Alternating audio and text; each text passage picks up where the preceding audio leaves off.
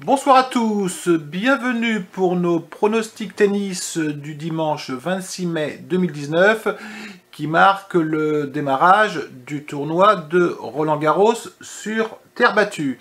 Comme d'habitude, je souhaite saluer tous nos abonnés qui nous font confiance. Je les remercie de nous suivre régulièrement. Et pour ceux qui ne sont pas abonnés, je vous propose de vous abonner.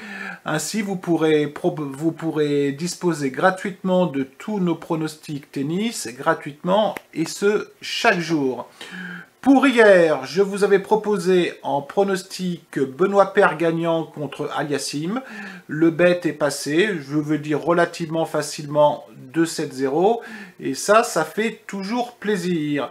Sur notre groupe Telegram Tennis, venez nous rejoindre. Je poste régulièrement en toute fin de soirée soit de nouveaux pronostics, soit des avis. Je vous avais proposé 2 avis. Alors je précise, c'est pas 2 pronostics, c'est 2 avis.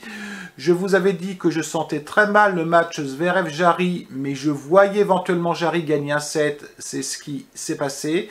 Et en ce qui concernait le match Garcia-Yastremska, je vous avais dit que je trouvais la Russe en pleine forme et je lui accordais 55% de chance de gagner. C'était bien évidemment des avis et non des pronostics. Avant de vous proposer les 4 pronostics pour demain, on va faire un bilan très rapide de notre suivi. C'est important, c'est pas le tout de vous proposer des pronostics, il est important d'essayer d'être rentable sur le moyen terme ou sur le long terme.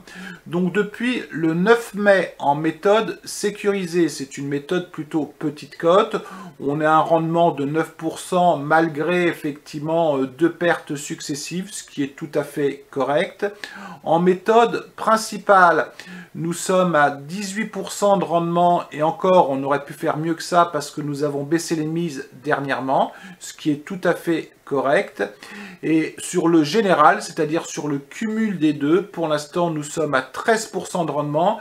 Une nouvelle fois, on n'aurait pas baissé les mises, qu'on serait aux alentours de 20% de rendement avec une augmentation de capital de 10%. Donc c'est pas le tout de tout vautrer maintenant. Pour demain, je vais vous proposer quelque chose d'assez nouveau.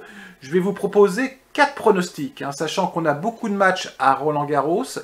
Je vous conseille sur chaque pronostic de miser seulement 0,5% de votre capital, car je dois prendre véritablement la température de ce tournoi. Il faut savoir que Roland-Garros est un des tournois où malheureusement les joueurs perdent le plus d'argent. Donc en ce qui concerne le premier match, Ruud-Gulbis, Ruud est favori bien évidemment sur ses derniers résultats. On n'a pas un très très grand Gulbis depuis un moment, mais attention, attention, Gulbis a toujours bien joué à Roland-Garros. J'estime que sur ce match-là, Ruud a 60% de chance de gagner ce match. Gulbis a 40% de chance de gagner ce match. Ça veut dire qu'une probabilité de 40% nous donne une cote de 2,40. Gulbis est coté à plus de 3,75. Moi, je vais tenter ce pronostic et bien évidemment seulement 0,5% de mon capital. Pour le deuxième match, je vais vous proposer Cecchinato, ça je ne sais pas le prononcer, contre Mahut. Bon, on ne va pas présenter Cecchinato qui a fait une demi-finale à Roland-Garros l'année dernière. C'est sûr que sur les performances actuelles, Cecchinato, il n'est pas non plus exceptionnel. Il a perdu contre Kohlschreiber. Bon, il a battu 2 mineurs en 3-7. Il a perdu contre Schwarzman, qui est un grand joueur, d'accord. Il a perdu contre Garin. Bon, Mahut, il est complètement à la traîne, mais attention, Mahut est toujours très motivé quand il joue en France. Il est toujours très motivé quand il joue à Roland-Garros. Moi, je vous propose, sur ce pronostic, sachant que Mahut a battu Cecchinato 2 fois sur 2, je vous propose sur ce pronostic de mettre Mahut gagne 1-7 seulement. Et c'est une cote qui est assez intéressante pour moi, puisque nous avons... Alors attendez, ça prouve que nous sommes en direct, il faut que je retrouve le bon pronostic. Hop là.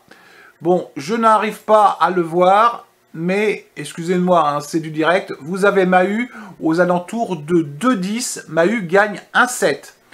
Nous passons au troisième pronostic entre Rybarikova et Larsson. Sur les dernières performances, bon, Rybarikova n'est pas exceptionnelle, mais bon, elle avait fait effectivement des performances avant qui étaient relativement correctes. Larsson est un peu mieux, je dirais, un peu mieux, bon, elle a gagné un match, hein, vous allez me dire, elle est un peu mieux depuis un moment, mais elle est, je la trouve catastrophique, effectivement, sur ses dernières performances. J'estime que Rybarikova a 50% de chances de gagner ce match. Donc j'ai une cote qui est relativement value aux alentours de 2,10, 2,20. Donc je vais lancer Rybarikova gagnante. Et pour le dernier pronostic, je vais partir sur le match entre Ferro et Mladenovic. Mladenovic est beaucoup mieux. Hein. Depuis un moment, elle a fait de très grosses performances en battant Anisimova, en battant Garcia, en battant Bencic, en battant Barty. Elle a perdu contre Sakkari. Ferro a fait un tournoi de Strasbourg qui est tout à fait correct. Hein. Moi, je trouve qu'il y a un pronostic qui peut se tenter, c'est-à-dire de mettre Ferro en handicap positif. Donc, je le remets ici, là. Vous avez Ferro plus 6 jeux, c'est-à-dire que pour perdre ce pronostic, il faut que Ferro perde de 7 jeux, c'est-à-dire 6-3, 6-2. Et Ferro est tout de même à 1,70.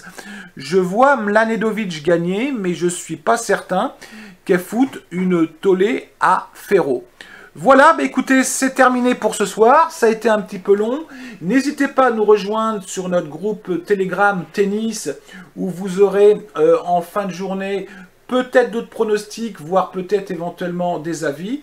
J'ai créé également un groupe foot pour ceux que ça passionne, hein, puisque le foot intéresse énormément de monde.